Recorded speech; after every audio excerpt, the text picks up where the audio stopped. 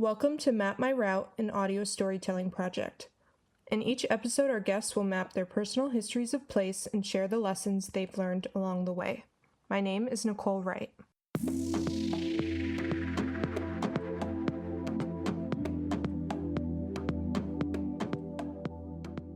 I've decided to use the pronunciation of route, though, like my own journey of place, that can and will likely change over time. According to many, route is most commonly used in British and American English. Both are acceptable and at the discretion of the user. There is a comedy and irony in deciding how to present the word in this project of telling our history, and maybe even our future, that there is more than one right answer and no one can definitively declare which you should choose. However you decide to call it, you are correct. This is the first of 5 interviews I recorded while traveling across the country and reconnecting with friends I haven't seen, some in several years. This interview with my friend Logan was recorded after 5 days spent in Michigan's Upper Peninsula, affectionately known as the UP in the Midwest. This part of Michigan rests on the south shore of Lake Superior and is home to some of the state's most dazzling natural wonders. Maybe you've heard of Tequamanon Falls, or Pictured Rocks National Lakeshore, or the Porcupine Mountains. About 100 miles past the city of Marquette, which was once considered to become the state capital, is the Keweenaw Peninsula. This part of the UP especially is known for its history of copper mining. My alma mater, Michigan Technological University, was founded in 1885 as the Michigan Mining School. Today it's a top engineering school which attracts students that can manage the 300 inches of snow the area receives every winter. Logan and I have been friends for about 16 years. 1 year apart, we met somewhere between pre-calculus in the theater department at our high school outside Grand Rapids, Michigan. We both attended Michigan Tech in the Upper Peninsula of Michigan and would carpool for the 9-hour drive back to our hometown on holidays. Today we're in a budget motel near the Mackinac Bridge, where the lower and upper peninsulas of Michigan meet. Logan just helped me look for bed bugs because I woke up with some bites in my places you don't want to know. Logan, in your own words, can you tell us who you are, where you are?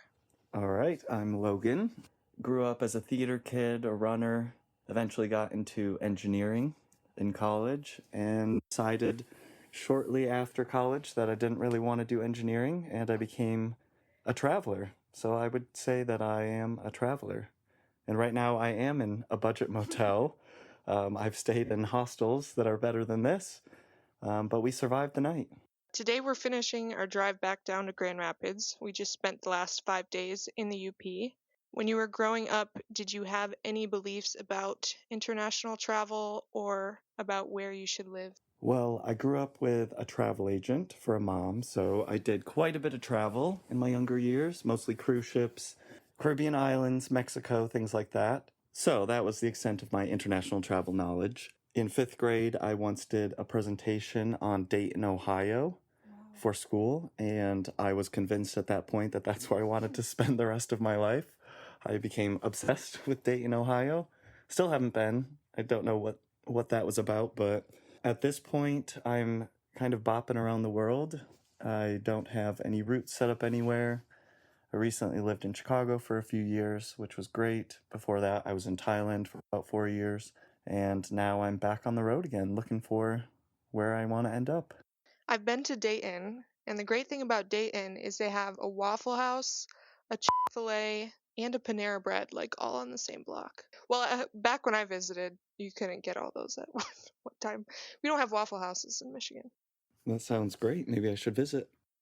Do you remember what your first trip abroad was and what you learned about the world from it? Yeah, I would say the first meaningful trip abroad, aside from staying at all-inclusive resorts and whatnot, was during college over Christmas and New Year's. I think it was my 3rd year. I went to Costa Rica with a group called the Green Program, and it was about renewable energy and sustainability. And it was 2 weeks, and it was the first time that I had traveled abroad solo, and I met a ton of really cool, inspiring people. We did some awesome things. We got to tour hydroelectric plants, go inside wind turbines, things like that. Really cool stuff. And I remember that was kind of the foundation of where I am today, I remember looking at the two leaders who were in charge of the group and being like, wow, this would be a cool job. You get to travel and help inspire and guide people on these awesome experiences. Kind of led me to where I am today. So you've moved a lot of places since college, but you mentioned you lived in Thailand for a while, in Chicago for a while, several other countries for periods of time. Can you quickly review your personal timeline of where you've moved? During college, still, I studied abroad in New Zealand. That was my second big solo trip. I went a few months early, stayed a few months after. The study abroad portion, ended up working on an organic hazelnut farm for a while with a family. And that really got me going with traveling. And that's actually when I decided I had to drop out of school. They wouldn't let me take a semester off, so I dropped out to move to Costa Rica, where I worked for a nonprofit on a small beach town called Potrero. I did education enrichment, sports education, and community health seminars and things like that. Then I went back to school for my final year, but right at the end of school, I decided I wanted to see more of the world before I settled down, so I traveled Southeast Asia for a year, ended up getting a job as a tour leader for high school students, and worked the next 5 years in Thailand, Laos, Tanzania, Dominican Republic, Cuba, and more recently New Zealand, Greece, Italy, and here we are. We're both in similar situations right now of we've done a lot of the things we wanted to do when we met as far as traveling. I would say obviously you've traveled more than me, but now we're in this position of deciding what is the next move. I think that's unique to this conversation, and we can talk about that more soon. If you could tell the world about one of the places you've lived, which one would it be and what would you tell them? Every time I'm at a crossroads, similar to now, where I think both of us are, it's always Thailand that calls me home. It was the first place I went after college, after a recent big transition when I left Chicago. It was the first place I decided to go back to. It just feels like home being there. When I was there, I actually lived there during COVID, and the country closed its borders. So it was basically just locals and expats that were calling Thailand home. And I studied Thai 2 years. So I have a basic foundation where I can get by in day-to-day life. And I think that makes a huge difference, is knowing the local language. You can incorporate yourself into the culture and getting to know people and seeing faces light up when you order your food, ask for directions, or just have a basic conversation with them in their own language. It makes it feel more like home to me as well. And people already are so welcoming to tourists, but when you add that extra layer, it really enhances the whole experience. So I'd say Thailand is a wonderful place. It's beautiful. The people are friendly. The food is amazing. The sights are gorgeous. It's just a wonderful place to be. What are some common indicators that you feel attached to a certain place? What do you notice when you go to a place like Koh Samui or Chiang Mai in Thailand? What does it look like when you feel connected to that place? Ease of getting around. If it's a place where I can feel comfortable and I can drive a motorbike, I have a Thai motorbike license. So the ability to get around, which makes it feel more like a home as opposed to I'm visiting a place and need to take taxis places. As far as feeling settled in a place, it would be community. I met some amazing people in both Chiang Mai and Koh Samui, and several of them still live there. Some of them are long-term, 9, 10 years on Koh Samui. And so going back to a place where I have a community where we can meet up for dinner out at places, or, oh, do you want to go to the beach and play beach volleyball? Just having that kind of built-in network there makes it feel like coming home again. Is there anything about the climate or the geography of that place specifically that you're attracted to? Climate definitely plays a big role. After spending 4.5 years at Michigan Tech up in the Upper Peninsula, which is very cold, snowy, and then just living in Michigan my whole life, and Chicago, I suppose, all of them are quite cold weather places a majority of the year. Thailand obviously is a warm weather place. And so I have been essentially chasing summer for 10 years now. It was so warm in Thailand that I would seek out cold. So Thailand does have a winter. It doesn't snow or anything, but it gets quite cold up in the mountains. So I would put on my puffer jacket and drive up into the mountains and go camping, just to kind of feel that coldness again. But that's kind of how I like it, living somewhere warm, but seeking out the cold when I need that little escape. And then Koh Samui, the water. I think growing up in Michigan, we're a bit spoiled. We're surrounded by so much water. And living on an island, kind of out in the middle of the sea, I had access to water steps from my home, and there was unlimited beaches that I could get to. Yeah, we've talked about that, the privilege of growing up around freshwater. I think saltwater is fine too. I've lived on the Pacific Ocean or near it. I'm not as into swimming in it, I think, as Oh, uh, I'm scared of sharks, okay? Thinking about where to live in the future and wanting access to water to be a big part of it because of either like therapeutic properties of having that access or because it's connected to recreational activities you like to do. Would you agree? I definitely agree. What does it look like when you feel least aligned with a place that you're living in? What makes me feel misaligned in a place is when I get somewhere and a place that's really touristy. It doesn't have an authentic feel. I was in Athens, Greece recently, just for a few days, and at the end of August, I learned on my taxi ride from the airport, second half of August, a lot of the local people from Athens shut down their shops and go on vacation. And so I was kind of constrained to just the tourist district walking around, and it kind of steals a little bit of what makes a place special when it's just people from around the world gawking at cheap tourist like gear. And there's something to be said about why places are popular, though. I went to the Acropolis Hill. It was gorgeous, had a great time, but walking around the restaurants, it was probably the worst pork gyro I had in my 2.5 months in Greece. Just when a place doesn't feel super authentic, as opposed to for most of the summer I lived on an island in Greece. It is quite a touristy island, Kefalonia, but we lived kind of off the tourist trail, and we were doing turtle conservation work for the summer. So we were really engaging more so with the local community and the nature of the island, and that felt a lot more authentic. I think the older you get, the more places you live, you don't really know where to pin your homesickness on, especially if you don't really identify with the cornfields of Caledonia anymore. Do you ever feel a sense of melancholy while you're on the move and or not settled in one specific place, and how do you address that? Yeah, I definitely get homesickness, but like you mentioned, I'm not sure what I'm homesick for exactly. I do still have a family home in Caledonia, which I return to between trips. I have a lot of my stuff kind of stored there, and it's a little home base. My family lives there part of the year, but not my whole family. So I wouldn't say usually I'm homesick for Caledonia. I would say it's more so my family, which I've done quite a good job, I'd say, over the years, wherever they are. My mom and stepdad have lived in Mexico, North Carolina.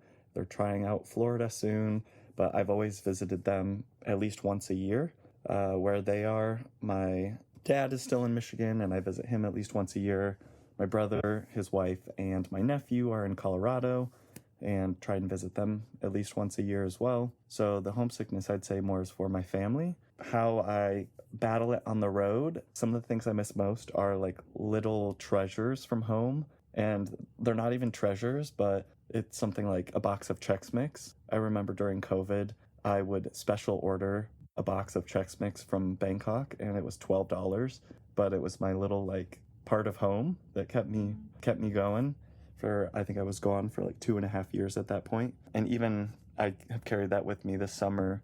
When I went to Greece, I brought a box of Chex Mix, and I held on to it until like the last 3 weeks I was there. And when those feelings of like, oh, I kind of miss those comforts of quote unquote home, I opened that box of Chex Mix and ate it on a beautiful Greek beach. I didn't know you were such a fiend for Chex Mix. I'm not really. I don't know. I don't, they're not even that great, but it's something that I like really tie to growing up, and I would always have it as a snack. So it's just like a little memorable thing that kind of brings the nostalgia of, oh, this is my connection to my past. Maybe it's a Midwest thing, but we really love Chex Mix. My mom and grandma would make homemade Chex Mix. So it's September 2025 right now. You have a couple months more of international tours coming up that you'll be leading. And after that, you are flirting with coming back to the United States for a while to live. What are your current feelings about being back in the United States and choosing a place to live? It's a delicate balance, I would say. When I was back in the States the last time, earlier this year in the spring, I did a little trip to Michigan, Chicago, and Denver to visit friends and family. I started to get the thought, oh, maybe I could move back here. I could choose one of these three places to live. They're all comforting. I have friends, I have family in all three places. And then I set out in the world again, and I got back to my roots. It had been a long time since I did a backpacking trip with no scheduled itinerary, and I had one trip to lead in Costa Rica, and then I went straight from there to Bolivia. I had 2 nights booked in a hostel and a full month ahead of me with no plans really. I did 2 weeks in Bolivia and 2 weeks in Ecuador, including the Galapagos, and that kind of reignited that part of me where I was like, do I really want to move back to the States when all of this is out here and it's accessible and I know I can just pop to a new place and experience it or even move there. So it is a fine balance. Now I'm back in the States again. I just had a 1 week family reunion holiday in northern Michigan with my whole family. It's a good reminder that it's good to stay close and connected to those people, especially with my nephew, who is 2.5. And I realized earlier in the spring when I spent a week with them that I didn't want to be that crazy uncle who just comes back once a year.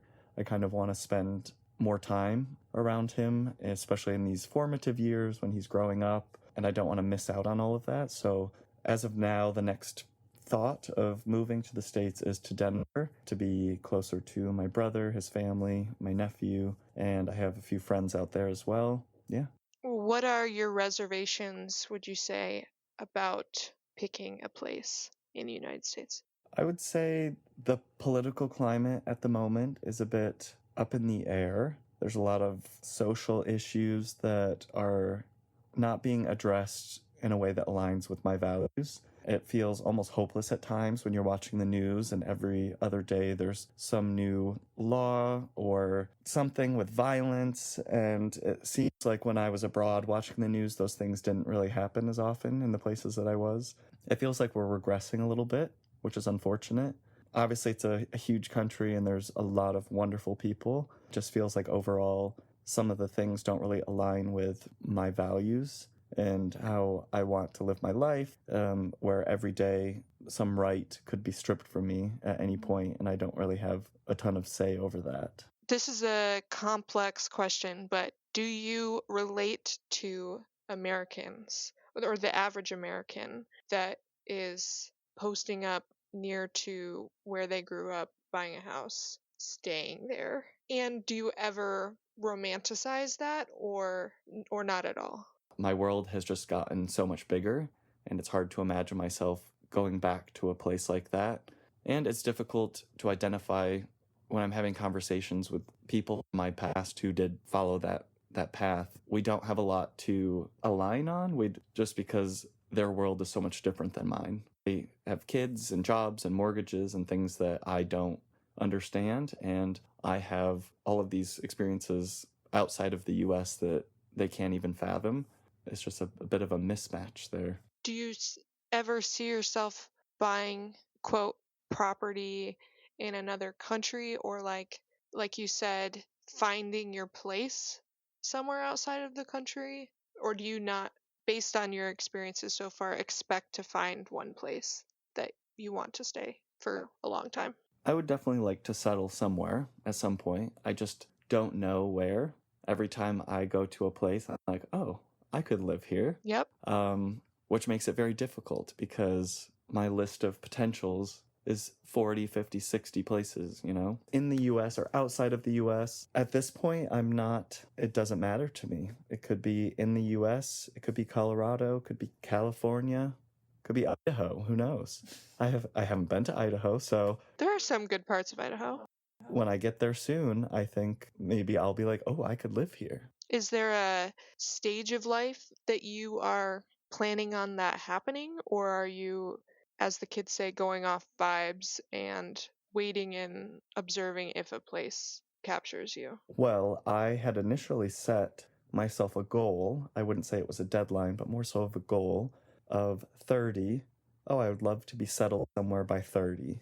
And that happened in Chicago. It was a bit uprooted abruptly. And at this point, now I just turned 33. I don't really want to set a timeline on that. I think it can create false urgency to do something like, oh, I need to settle here, so I'm just going to do it. So I'm a bit more open-ended now, so I don't really even have a goal at this point of when.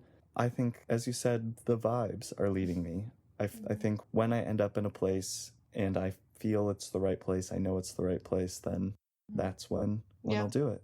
We both had relationship transitions probably within like 6 months of each other that really altered the timelines we set for ourselves and made us like think about what it means to start over and to realign yourself with what you actually want, which is a hard way to learn that. What have you learned about yourself and your identity in these experiences that you've had?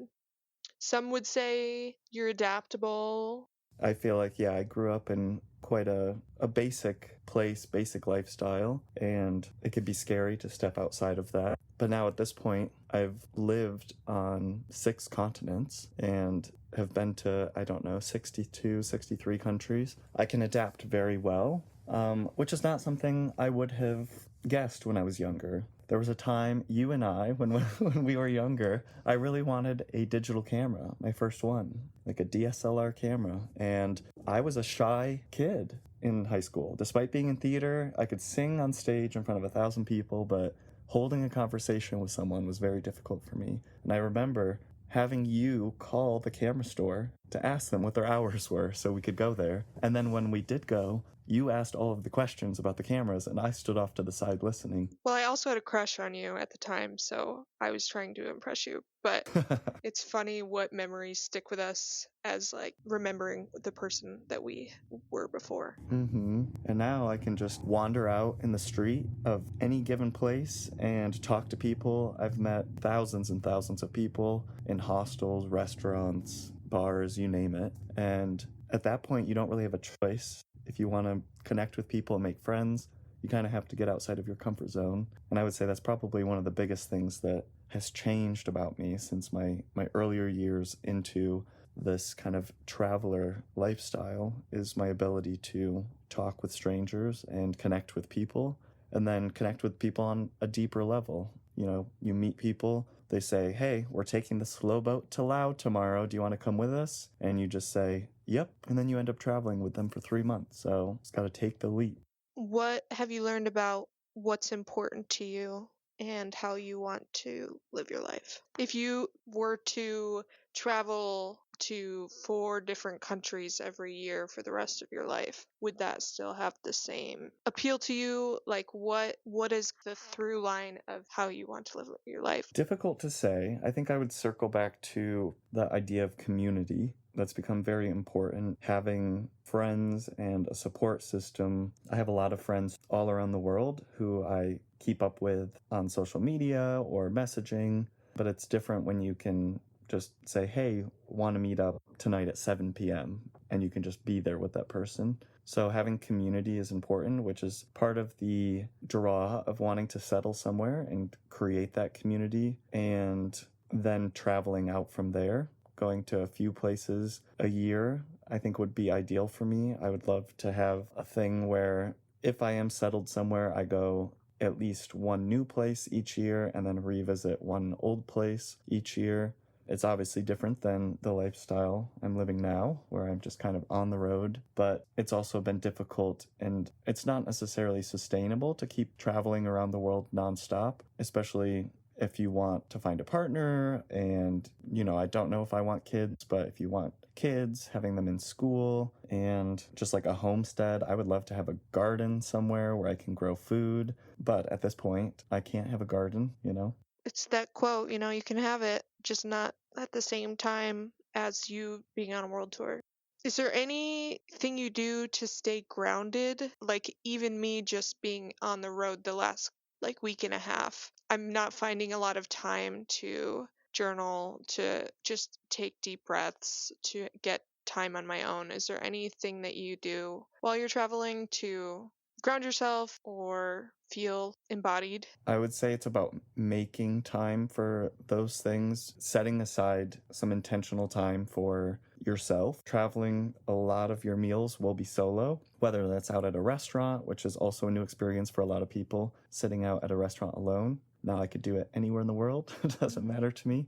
Or ordering takeout and eating it at home and watching a comforting show on TV or listening to a podcast or journaling. When I'm in an experience like this weekend, when we were up at Lake Superior, throwing your hands out and throwing your head back, your face up to the sky, and just taking a deep breath and taking it all in. You did have a late night dance party. I couldn't sleep while we were camping, and I had a song rushing through my head, and I said, you know what? I'm just going to grab my headphones and head to the beach and maybe dance to the song, kind of let that energy out and just connect with Lake Superior. They also said the Northern Lights were meant to be out, but it was unfortunately too cloudy to see them. But I ended up dancing for 2 hours on the beach, which was a great way to connect with the beach, the lake, myself. I don't have a chance to just run a quarter of a mile on a beach while singing and dancing quite often. I'm jealous. It was fun. I still have sand in my hair. All right, before we head out, it's almost checkout time here at the Budget Motel. We need to find some real coffee. Is there anything after this conversation that you feel like you still want to share? I think it's about honoring your own timeline of when something is right for you. It's very easy to get caught up in this idea, especially when I'm back in the US and seeing all these people who have purchased a house, who have kids, who have high paying jobs, nice cars, boats, and think, ooh, they've made it, I'm behind. And it's really easy to compare yourself and your timeline to other people. But I would say it's good to be reminded, and going back to these old places like the Upper Peninsula or Old College, it is easy to get in that mindset of, oh my gosh, I got a degree in engineering and now I'm not using it. And I feel quite strong after this trip to where I'm not like, ooh, I really want to go back into engineering because I can make a bunch of money. Or I think now I need to buy a house right now, or something like that. I still feel like I'm on the right path and my timeline is unfolding the way it's meant to be. And I think that I will know when it's the right time to do all of these things. I'll know where is the right place when I get there. It could be a place I've already been. It could be a new place. You just have to trust the process. In the end, it'll all be okay. Couldn't have said it better myself. All right, let's get out of here. Time to check out.